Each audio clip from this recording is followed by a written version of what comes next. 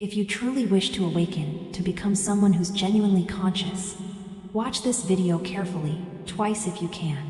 Then take a deep look at that thing you've trusted all your life, your brain. Ask yourself why you're always trapped in pain, emotions, and endless thoughts. It's because you've mistaken what should have been a loyal servant, a trained dog, a useful tool, for your master. What is the brain, really? It's nothing more than the core mechanism of your physical body. A device perfectly designed to be hooked by the system of habits and patterns. Yes, the system uses your brain to control your actions, to trigger automatic responses, to keep you cycling through the same emotional loops. Like the saying goes, the one you trust most often hurts you the deepest. Your brain is that very thing, hurting you constantly, yet unseen. If you're tired of being manipulated by habits, tired of pain and endless desire, and ready to remember who you truly are, then listen carefully, but beware. Your brain will try to judge what I say, and even judge you while listening. Don't let it. Just stay aware. You'll gain something powerful, a step closer to true clarity. Science tells us, your brain receives about 2 million bits of data per second, but can only process 2,000 bits. That's 0.01%. That's the truth. You think your brain is limitless, but it only sees a tiny fraction of reality.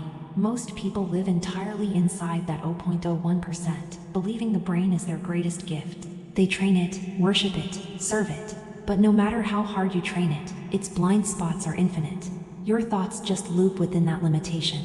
Every solution you think of is still created inside the same box. Your brain is a binary computer.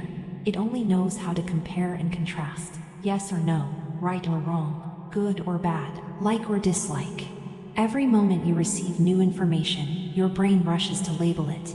You don't even notice it happening, but it happens instantly. And that's the trap.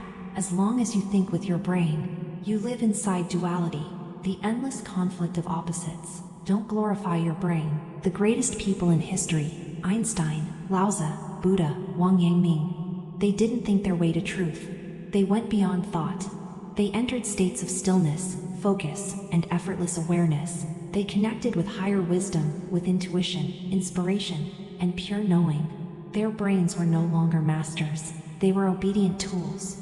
Just like a well-trained dog, faithful, silent, and ready when called. The truth is, the brain's only real job is to store memories from the past and project them into the future through association. That's why Buddha said, past mind cannot be grasped.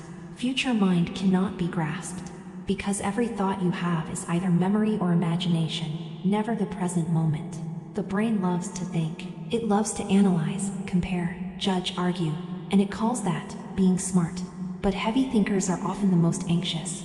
People with chronic anxiety or depression can't stop thinking. Their brain is like a speeding car with no brakes, racing at 220 kilometers per h on a mental highway. Doctors give them pills to slow down that mental engine. The logic isn't wrong. If your brain can't stop running, make it slower. But there's a higher way through practice. You can learn to stop voluntarily, to think only when awareness calls for it. When you can stop at will and think only with presence, you reclaim your freedom. Descartes said, I think, therefore, I am. But that's the ego speaking. True awakening is, I am, therefore I need not think. Because once you rely on thought, you're already trapped within the system. Or society and education are built around this trap, teaching you to think endlessly, to analyze everything, to live entirely in your head. You can't escape limitation by using the very tool that created it. Everything you can name, describe, or define exists inside this mental box. Outside that box lies the unknown, and the unknown is where truth lives. So don't destroy your brain, train it. Treat it like your loyal dog. Feed it when needed, call it when useful, and when not, let it sit quietly by your side. Only when your brain becomes your servant again, will you finally be free, the true master of your mind.